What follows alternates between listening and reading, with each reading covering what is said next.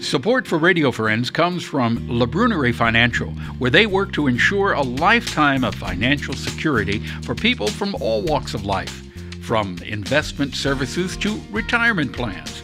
If you're looking for a trustworthy company that has the experience and knowledge to put your interests first, contact La Brunerie Financial, a community-based investment counseling firm since 1966.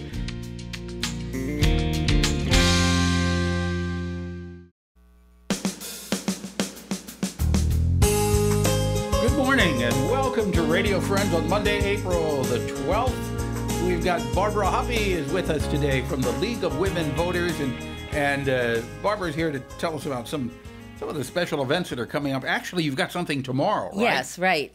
Tomorrow is our monthly Lunch and Learn program, and we're featuring the Climate Action Adaptation Plan and what Columbia is doing about that, and the plans for the future, and getting input from the public. And so Carol Amperan and Jay Hashscheider will be our guests. And Jay is an expert on energy services and the chair of the Water and Light Commission. And so he'll be talking about energy and how Columbia can reduce its greenhouse gas emissions, and the climate action updates and how the public can weigh in on that. So really important information. Now, the Lunch and Learn, this will not be held in person, right? No, it's, good point. Yes, we've been doing it on Zoom, right, and we're doing it with the Columbia Public Library, so they're hosting the Zoom site. Right. So people can go to the Columbia Public Library, and register to listen to the event. It's April 13th, Tuesday, that's tomorrow, noon to 1. And the program is also recorded, so if they miss it, they can still see it on the website. Now, when you're doing the Zoom, will people have the opportunity to ask questions also? Right, absolutely. That's a great feature of it. So there's a chat feature in the Zoom program, and usually the guest speakers will take the questions as they come, if they're relevant to what they're saying, and we take the questions at the end also. So people will have a chance for input and questions. That's good.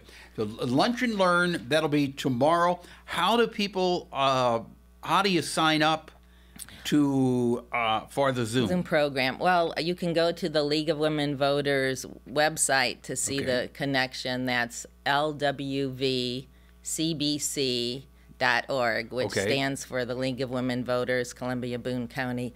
Or you can go to the Columbia Public Library site, and that's the direct connection, and sign up. From 12 to 1, April the 13th, Lunch and Learn. You can sit there and you can chow down on your lunch and learn a little bit while you're at it. And hopefully before too long, you'll be able to get together in person. Right, yeah, we hope so. We've been doing this for the last year or so. Year. If we get those vaccines going in everybody's arms, hopefully we can all get back together close to normal within, I don't know, maybe by the end of the year or first part of next year. Yeah, or the beginning of fall. We'll see. All right. We'll keep our fingers crossed on that. Barbara Hoppe, thank you so much for coming by. Thank you so much.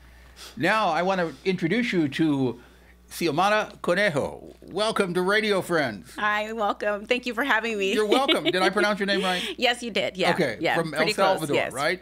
Yeah, my family's from El Salvador. Your family's from El Salvador. You were born in Los Angeles, and you've been in Columbia for about 6 years, and you are directing a production at the university. Tell me about it. Yes, I am. I'm directing Marisol by Jose Rivera, and Marisol is Jose Rivera is a Puerto Rican playwright. He's Obie award-winning, Oscar-nominated playwright, Puerto Rican playwright.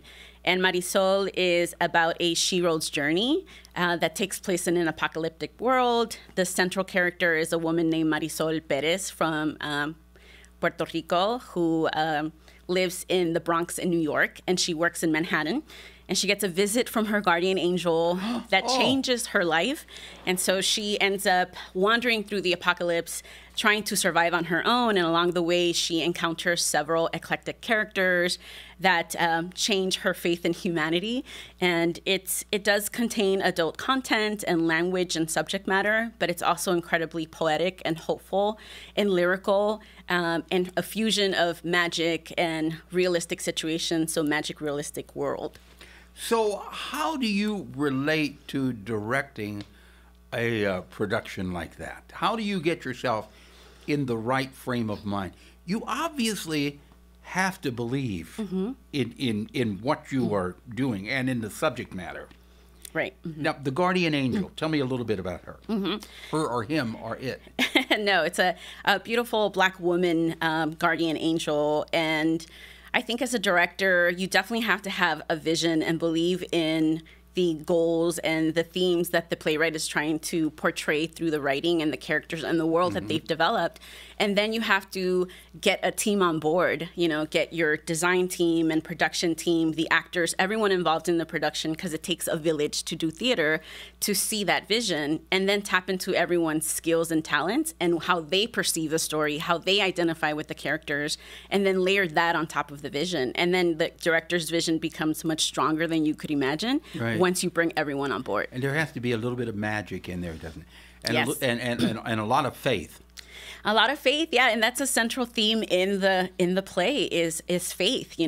Despite circumstances, and when we think about the year 2020, this play was written in 1992, but the themes are so relevant to today. It does address environmental crisis, attacks on women, racism, white supremacy, wealth inequality, but there's also faith in each other, faith in humanity, and surviving and thriving through difficult times to find light at the end, which is something that I think we are all experiencing today. And trying to understand each other. Trying to understand each other, and simply looking at each other as individuals who have their own worth in their being. Yes. We're all different.